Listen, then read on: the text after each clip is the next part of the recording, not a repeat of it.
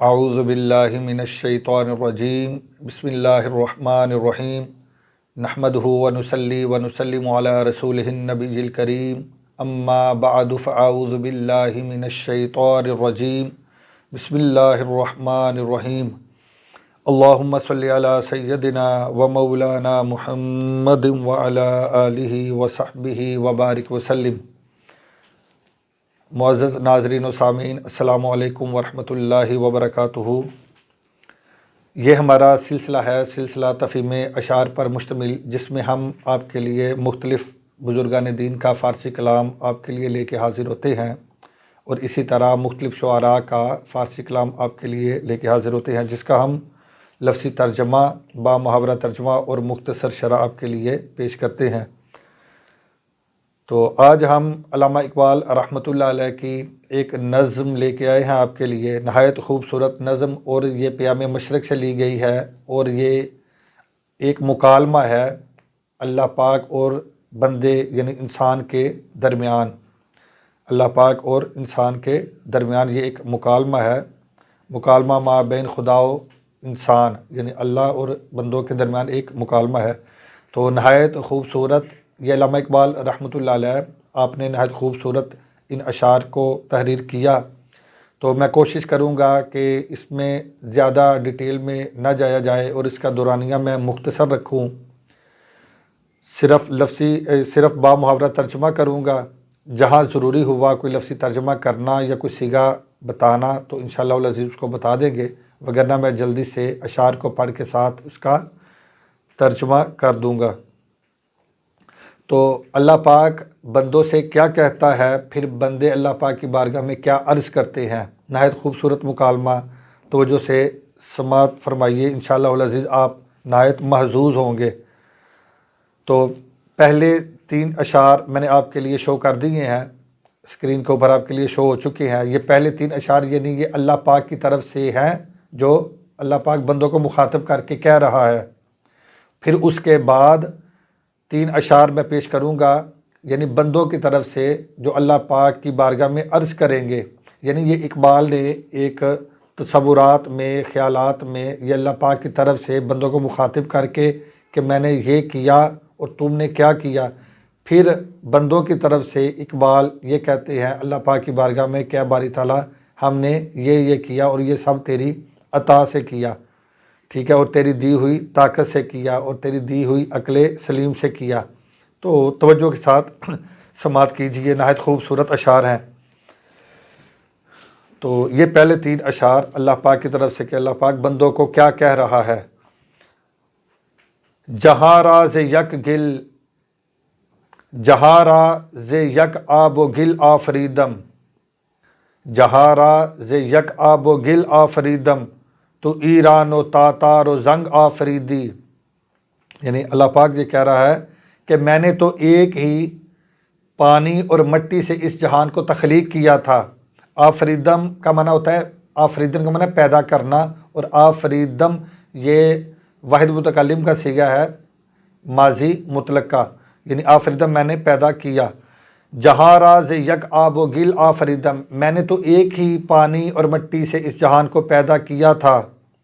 تو ایران و تاتار و زنگ آفریدی، اور تو نے اس میں ایران، تاتار اور حبش بنا لیے، یعنی تم آپس میں بٹ گئے اور تقسیم تم نے اس زمین کو اور اس جہان کو کر دیا، جبکہ میں نے تو ایک ہی پانی اور ایک ہی مٹی کے ساتھ اس جہان کو تخلیق کیا تھا، اور تم نے کیا کیا، تم نے اس کو ملکوں میں تقسیم کر دیا، مختلف گروہوں میں اس جگہ کو اور اس جہان کو تقسیم کر دیا۔ تو ایران و تاتار و زنگ آفریدی، تو نے ایران، تاتار اور حبش اس طرح ملکوں میں میرے اس جہان کو تقسیم کر دیا۔ آگے فرماتے ہیں، من از خاک پولاد نابا فریدم، من از خاک پولاد نابا فریدم، تو شمشیر و تیر و تفنگا فریدی۔ آپ فرماتے ہیں کہ میں نے تو مٹی سے خالص فولاد پیدا کیا تھا، میں نے تو مٹی سے، من از خاک میں نے تو مٹی سے، پولاد ناب خالص فولاد، آفریدم پیدا کیا تھا، میں نے تو مٹی سے خالص فولاد پیدا کیا تھا۔ تو شمشیر و تیر و تفنگ آفریدی، جب کہ تو نے اس سے جنگ و جدل کا سامان بنا لیا۔ تو شمشیر و تیر و تفنگ آفریدی، تو نے اس سے تلوار، تیر اور توپیں تیار کر لی۔ تو نے اس سے تلوار، تیر اور توپیں بنا لی، یعنی جنگ و جدل کا سامان تیار کر لیا، جبکہ میں نے تو تمہارے لیے خالص فولاد پیدا کیا تھا۔ پھر آگے تیسرے نمبر پہ فرماتے ہیں تبر آفریدی نہال چمن را، کفت ساختی طائر نغمہ زن را۔ تبر آفریدی نہال چمن را، کفت ساختی طائر نغمہ زن را۔ تو نے اس سے چمن کے درخت کاٹنے کے لیے کلہاڑا تیار کر لیا، کلہاڑا بنا لیا۔ تبر آفریدی، تو نے کلہاڑا بنا لیا، نہال چمن را، اس چمن کو ویران کرنے کے لیے، اس چمن کے درختوں کو کاٹنے کے لیے۔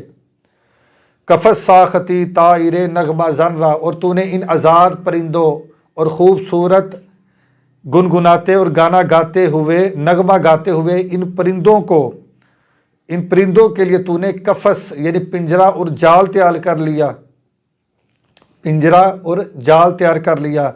کفت ساختی طائر نغمہ زن را، ان آزاد اور نغمہ گاتے ہوئے ان خوبصورت پرندوں کو، ان کو تو نے ان کے لیے کفس یعنی پنجرا اور جال تیار کر لیا۔ تو آگے انسان کیا کہتا ہے، وہ اشعار آپ کے سامنے شو ہو چکے ہیں۔ انسان اللہ پاک کی بارگاہ میں پھر عرض کرتا ہے، تو اقبال فرماتے ہیں تو شب آفریدی چراغ آفریدم، تو شب آفریدی چراغ آفریدم، صفال آفریدی ایاغ آفریدم۔ تو نے باری تعالیٰ تو نے رات بنائی، مجھے اس میں روشنی کی ضرورت تھی تو میں نے چراغ بنا لیا۔ تو شب آفریدی چراغ آفریدم، تو نے رات بنائی، میں نے چراغ بنا لیا۔ صفال آفریدی ایاغ آفریدم، تو نے مٹی بنائی، مجھے پیالے کی ضرورت تھی، باری تعالیٰ تیرے اس مٹی سے میں نے اپنی ضرورت پوری کرنے کے لیے پیالہ بنا لیا۔ صفال آفریدی ایاغ آفریدم، تو نے مٹی بنائی، میں نے پیالہ بنا لیا۔ پھر آگے بیابان و کوہسار و راغ آفریدی، بیابان و خیابان و گلزار و باغ آفریدم، بیابان و کوہسار و راغ آفریدی، خیابان و گلزار و باغ آفریدم۔ پھر کہتے ہیں کہ تو نے بیابان، پہاڑ اور میدان بنائے، تو نے بیابان، پہاڑ اور میدان بنائے۔ خیابان و گلزار و باغ آفریدم، جبکہ میں نے اس کو خوبصورت مزید بنانے کے لیے یا اپنی ضرورت کے لیے اس میں خیابان، گلزار اور باغ بنا لیے۔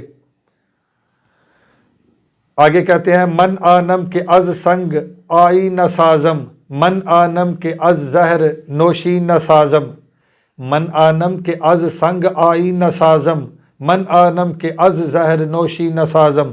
کہتے ہیں میں وہ ہوں کہ جس نے پتھر سے آئینہ اور شیشہ بنا لیا، میں وہ ہوں کہ جس نے پتھر سے آئینہ اور شیشہ بنا لیا، پتھر کو تراش کے آئینہ اور شیشہ بنا لیا اپنی ضرورت کے لیے۔